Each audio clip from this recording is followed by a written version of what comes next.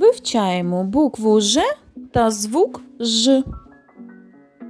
Ж – жираф. Ж – жук. Ж – жарт. Ж – жито. Ж – жаба. Ж – жолудь. Ж – жовтий.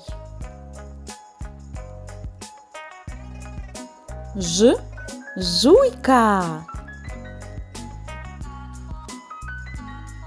Подивіться уважно на малюнки та назвіть тільки ті, які починаються на звук Ж.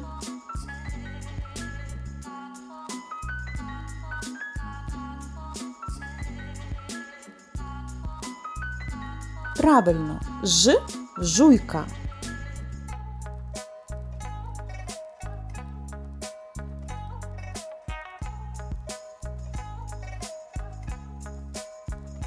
Правильно, Ж – жовтий.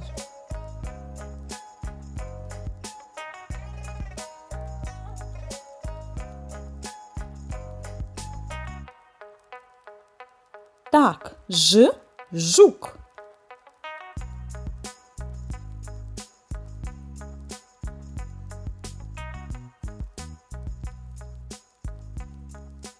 Вірно, Ж – жираф.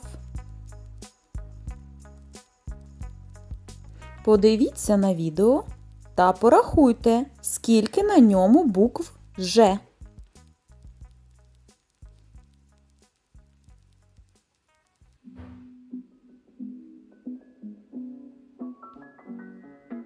Всього на відео 10 букв Ж.